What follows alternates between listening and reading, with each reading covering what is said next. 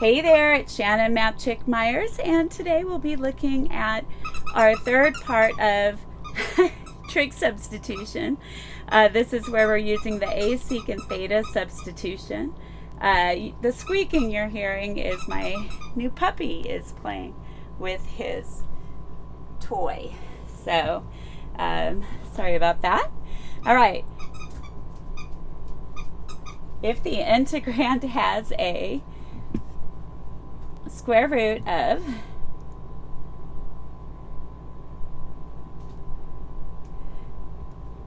x squared minus a squared, where a is a constant, or the square root of u squared minus a squared, and no basic integration rules, integration by parts,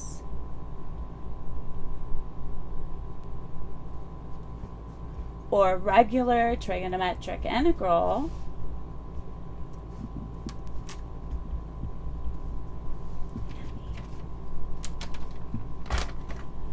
techniques work out, we can use the substitution x equals a secant theta or u equals a secant theta if you have some function of x.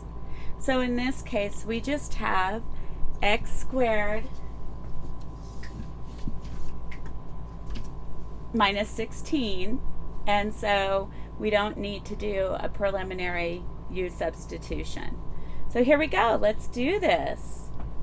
A is equal to, well, a squared is equal to 16, so a is 4, and we would have x equal to a, which is 4 secant theta,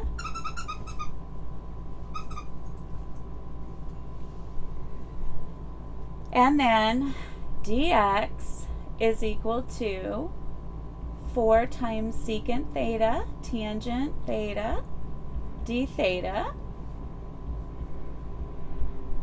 Good so far? Just getting all the stuff we're going to need.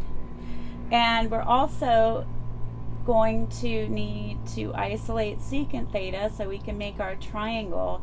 If you didn't watch the warm-up, make sure you watch the warm-up. This is where all of the information you need for the substitutions was derived. So secant theta is equal to x over 4, and then just in case I need theta, if we evaluate the arcsecant of both sides, we'll get arcsecant at x over 4. Now, making my triangle, I will have secant theta is x over 4, that's side, that's the hypotenuse over the side adjacent. That means that the other side has to be the square root of x squared minus 4 squared, which is 16. So now that we got that going on, notice that it matches the square root we have in the problem. Now that we have that set up, we can go on over here. So this is going to equal to the integral of, actually we'll do one more thing. The square root of x squared minus a squared, remember that x was 4 secant theta, so x squared is 16 times secant squared theta, and then minus 4 squared, which is 16, is going to equal to the square root of, factoring out a 16, we'll have secant squared theta minus 1. Now, evaluating the square root of 16, we have 4. That's times the square root of tangent squared theta, which gives us 4 tangent theta. Again, you can memorize that, but it's just as easy to derive it. Whatever suits you, all right? So this gives us the following. So we'll have 4 tangent theta. That's in place of our square root here. We found that over here. and then divided by x. X is our original substitution, which was, whoops, sorry, over here.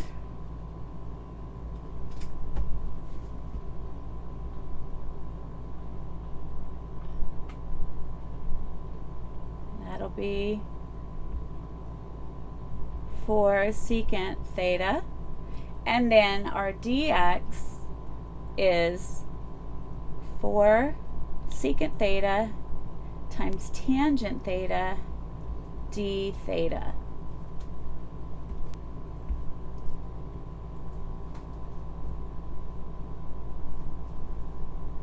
All right, so let's see how everything shakes out.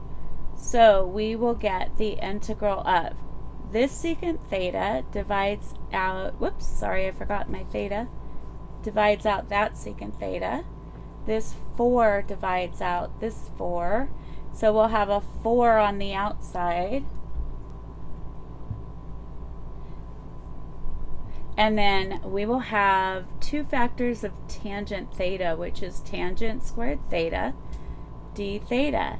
Woohoo! Now we get to go back and use a skill from trig integrals, right? So this will be 4 times the integral of secant squared theta minus 1 d theta, which is going to be 4 times the integral of secant squared theta d theta, which there is a basic formula for, minus the integral of 1 d theta, just so you can see it, which will be 4 times tangent theta, good, and then minus theta plus our constant of integration. So now using our triangle over here and what we found for theta, tangent theta is side opposite over side adjacent. So we'll have the square root of x squared minus 16 over 4, and then minus the arcsecant of x over 4 plus our constant of integration. Just a reminder that our theta was the arcsecant at x over 4. All right, and then multiplying through by the 4, we'll have the square root of x squared minus 16 minus arcsecant at x over 4 plus our constant of integration. And my bad, I needed to bring that 4 in with our arcsecant. Cool, cool? Awesome sauce. All right. Now we're going to do one more problem, which is kind of a bonus example, how it works evaluating a definite integral using trig substitution. All right. So here we're going to go ahead and when using, look at, the evil plan. So when using trig substitution with definite integrals, first find the indefinite integral, just trust me on this, and then evaluate the indefinite integral, omitting the plus c portion at the original limits of integration. So we've got this expression here. Let's make it a little easier to look at with our trig substitution. So we're going from 0 to the square root of 3 over 2, and then this is 1 over the square root of 1 minus t squared to the 5th power, instead of writing it as 5 halves, and then we'll have dt. Cool so far? And then we're going to come on down here and do our trig substitution. All right, so we have just a t, not some function of t in there. And so our a was equal to 1, was it not? Yes, was 1. So a squared was 1, so a is 1. And then t will be equal to, so let's see what we have. We have an a squared minus a t squared situation. So this is which substitution? Do you remember? Awesome. A sine theta. Good so far? So dt is equal to cosine theta d theta. Isolating sine theta in terms of our t, we'll have t over 1. That's going to help us make our triangle. And then lastly, just in case we need it, theta would be equal to arc sine at t. And then we make our triangle.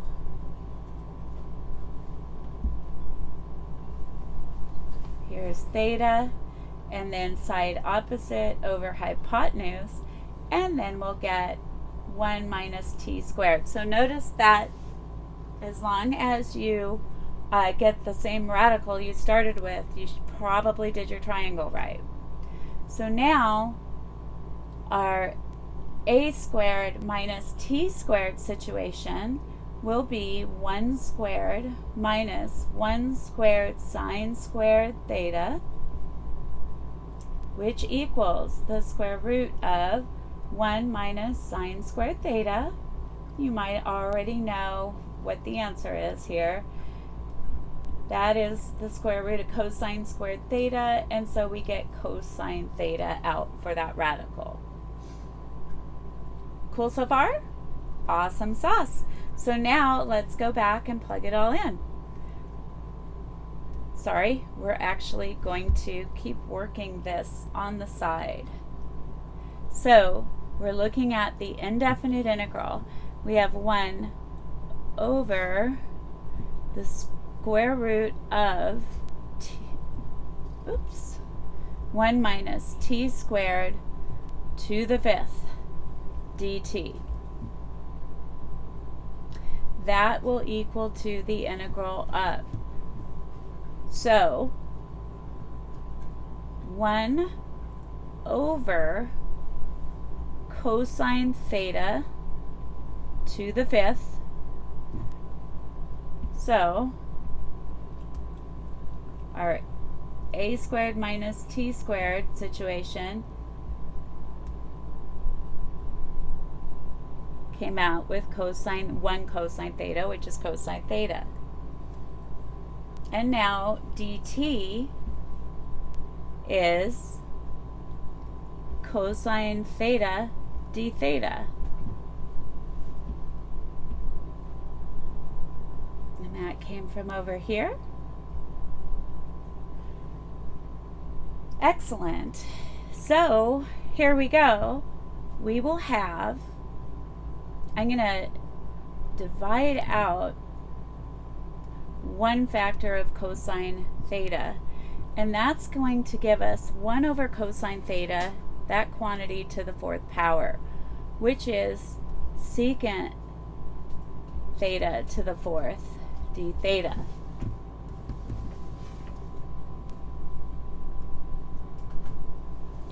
And then when we have a secant function raised to a positive power and it's all alone, think about what we need to do. There's no way to get a single, or no easy way to get a single tangent function to have secant theta tangent theta. So what we're going to do is write this as secant squared theta times secant squared theta d theta. We'll turn the first pair of secant theta factors, the first secant squared theta, into tangent. So that'll be 1 plus tangent squared theta. and then times secant squared theta d theta. So this secant squared theta is 1 plus tangent squared theta. All right. And now this will equal 2.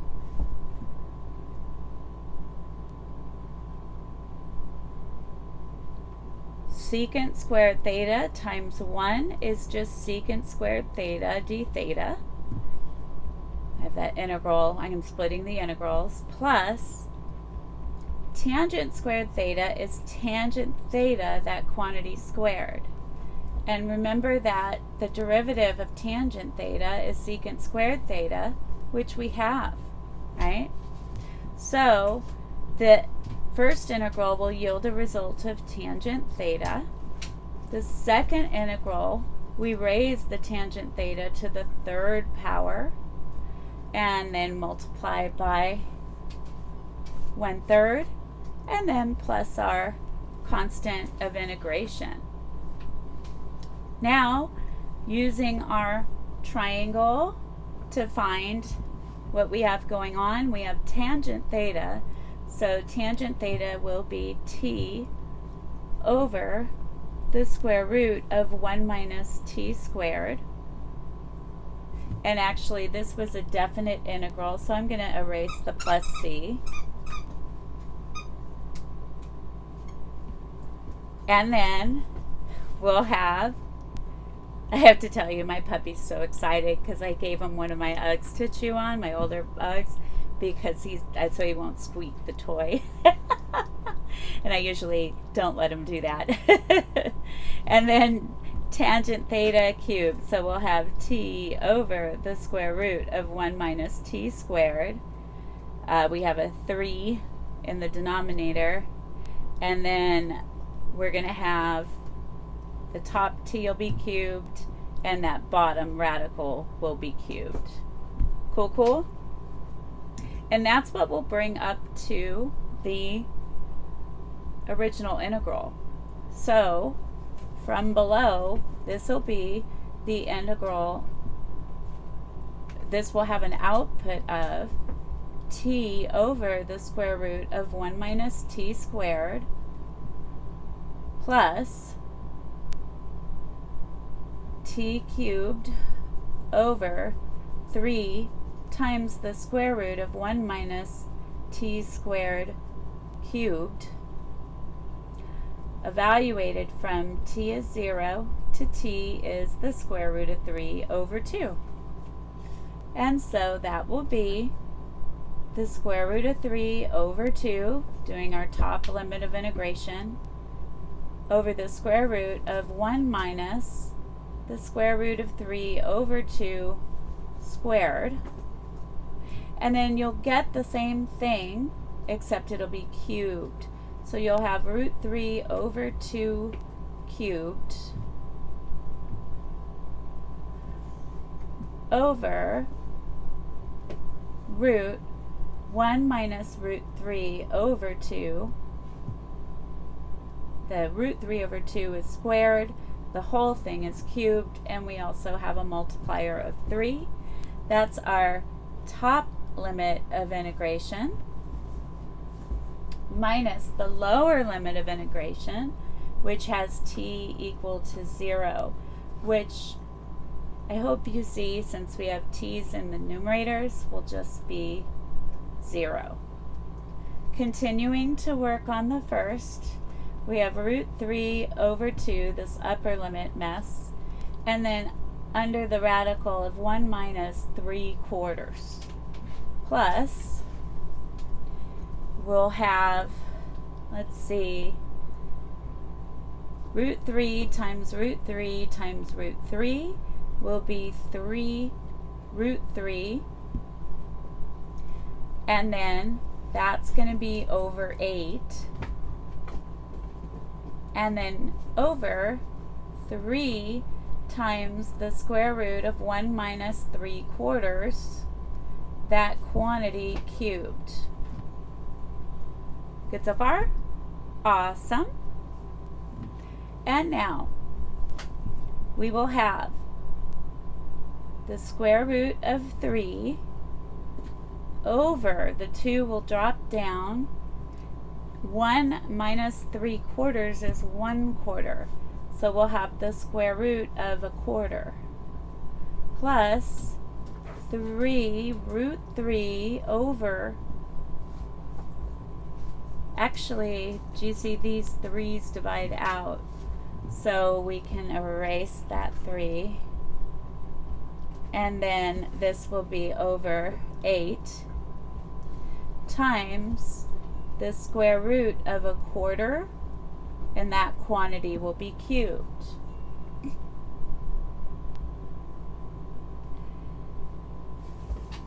And now we will have the square root of 3 over 2 times 1/2 plus the square root of 3 over 8 times 1/2 cubed is 1/8. So believe it or not, that all simplifies down to be 2 of these root 3's. And we're all done. Pretty awesome, huh? All right, well, I hope you have a wonderful morning, afternoon, or evening whenever you're watching this show.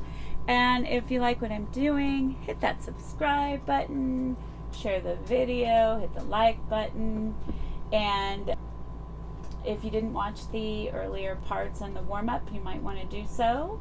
I'll include those in the description. Bye!